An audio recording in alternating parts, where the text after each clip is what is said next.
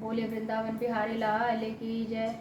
तो भागवत जी में 9 प्रकार की भक्ति का निरूपण व्यास जी महाराज करते हैं और रामचरितमानस भी 9धा भक्ति बताई गई है। प्रथम भगति संतन कर संगा, दूसरी रति मम कथा प्रसंगा, गुरुपद पंकज सेवा, तीसरी भक्ति अमान, चौथी भक्ति मम गुणगण, करहि कपट त्यज गान, मंत्र जाप मम दृढ़ विश्वासा, पंचम भजन सुवेद प्रकाश, छठदम शील विरति बहुकर्मा, निरत निरंतर सज्जन धर्मा, सातवां शम मोहिमय जग देखा, मोते संत अधिक कर लेखा, आठवां जथा लाभ संतोषा, सपने नहीं देखई पर दोषा, नवमहु सरल सब छन सलहीना, मम भरोसे ही हर्ष न दीना। मानस की 9धा भक्ति।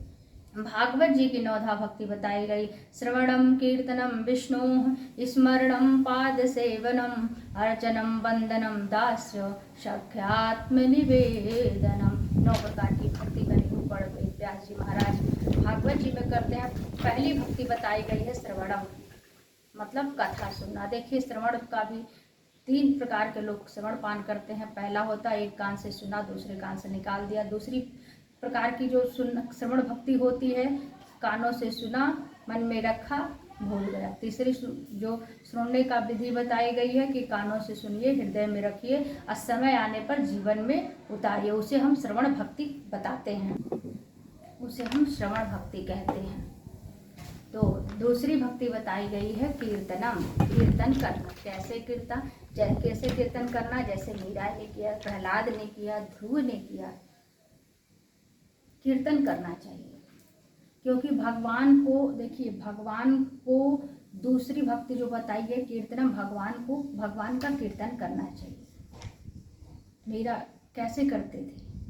मीराबाई, ऐसी लागी लगन, मीरा हो गई मगन, हो वो तो गली गली हरि गुण गाने लगी, ऐसी लागी लगन। मीरा को कोई क्या नहीं कहता था। लोग कहे मीरा भई रे बावरे, सास कहे कुल नासी रे, पग बांध घुंघरू मीरा नाची रे। मीरा को भी बहुत कुछ लोग कहते हैं, लेकिन मीरा को इन सब बातों से कोई लेना देना नहीं था। सिर्फ कीर्तन करती रही, भगवान का भजन करती रही। तो दूसरी भक्ति बताई गई है कीर्तनम। तीसरी भक्ति बताई गई है कि स्मरण। तीसरी भक्ति जो बताई गई है प्रभु का स्मरण करना। कैसे स्मरण करना? 24 घंटे भगवान का। देखिए हम हाथ पैरों से काम करते हैं, मुख से भगवान का कीर्तन कर सकते हैं। और इसमें किसी समय का, किसी टाइम का निर्धारित नहीं किया गया, क्योंकि तुलसीदास जी महाराज लिखते हैं, भाव कुभाव अनख आलसों, नाम जपत मंगल दिशि दसहूं। भाव से, अभाव से, प्रभाव से, कुभाव से, क्रोध से, प्रेम से, हर प्रकार से हम प्रभु का कीर्तन कर सकते हैं। लेकिन देखिए एक बात यह है कि भाई देखिए अर्थ का अनर्थ ना निकालिएगा, क्योंकि देखिए जब हम दूध गर्म करते हैं तो पहले पात्र गर्म होता है, तब दूध गर्म होता है। कहने का मतलब है यदि आपके पास बाय द वे कभी कभार समय ना मिले तो उसके लिए बताया जा रहा है कि आप मान लीजिए समय नहीं है, अशुद्धि है, कहीं बाहर सफ़र कर रहे हैं, उस समय आप नहाए नहीं हैं, तभी प्रभु का भजन कर सकते हैं, माला फेर सकते, उसमें कोई पाप नहीं। क्योंकि मंगल भवन अमंगल हारी, भगवान को मंगल का भवन कहा गया। तो प्रभु का नाम लेने से कभी किसी का अमंगल नहीं होगा। स्मरण करना चाहिए। एक बार की बात है, देखिए स्मरण जो भक्ति है, स्मरण भक्ति, वैसे अनेक प्रकार के भक्त बताए गए हैं, लेकिन मुख्य रूप से, मूल रूप से जो कहा गया है कि एक बार की बात है, भगवान जब लक्ष्मण जी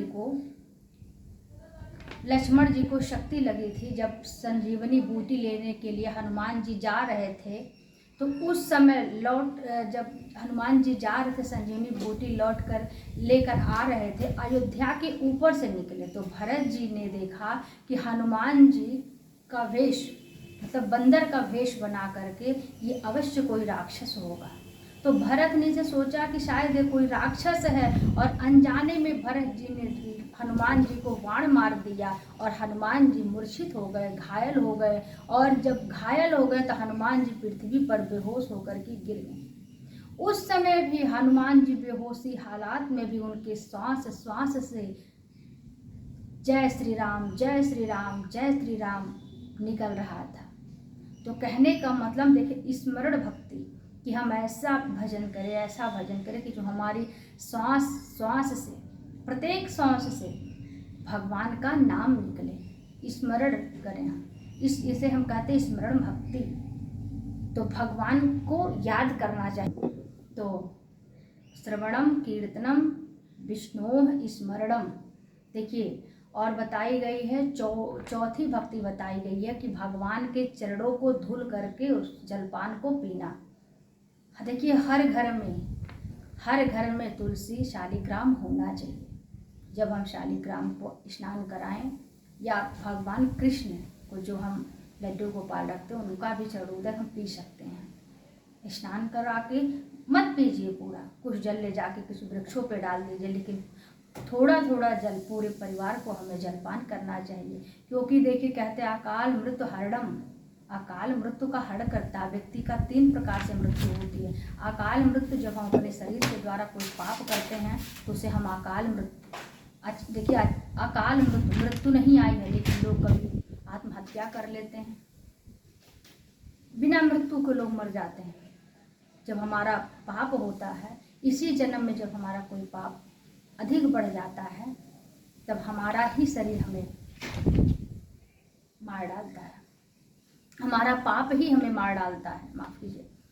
तो कहने का मतलब है दूसरी प्रकार से जो मृत्यु व्यक्ति को होती है अकस्मात, जैसे हम कहीं बाहर जा रहे हैं, कहीं ट्रेन के नीचे आ गए, बस के नीचे आ गए, कहीं गाड़ी से जा रहे एक्सीडेंट हो गया, उसमें हमारी मृत्यु हो जाए तो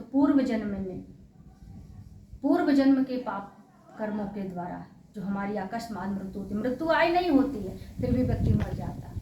तीसरा मृत्यु होती है व्यक्ति की समय के अनुसार, समय पर व्यक्ति की मृत्यु होती है।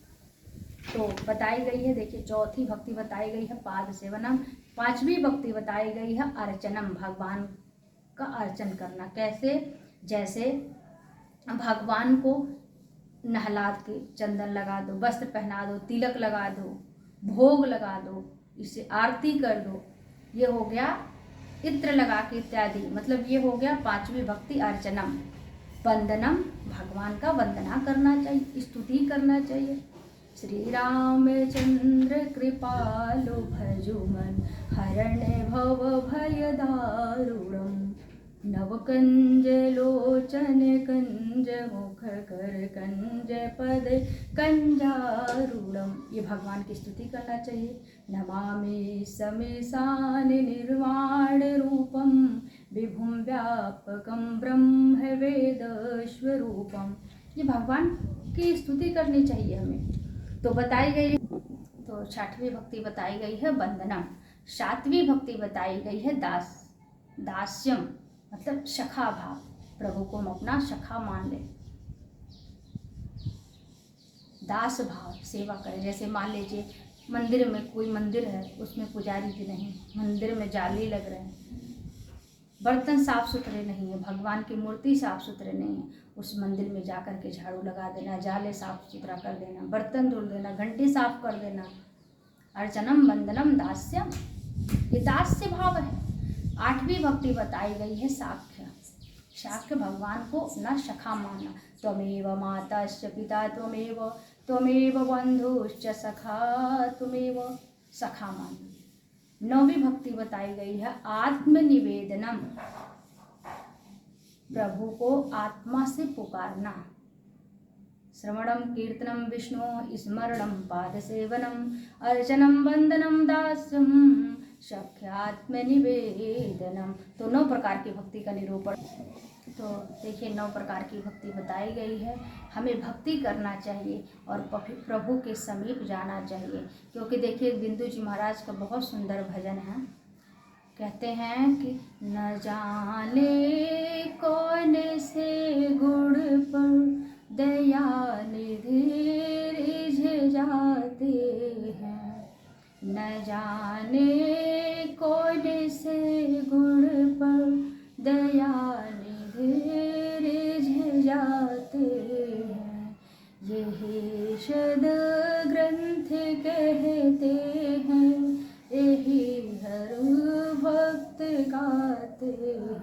तो प्रभु की भक्ति करनी चाहिए।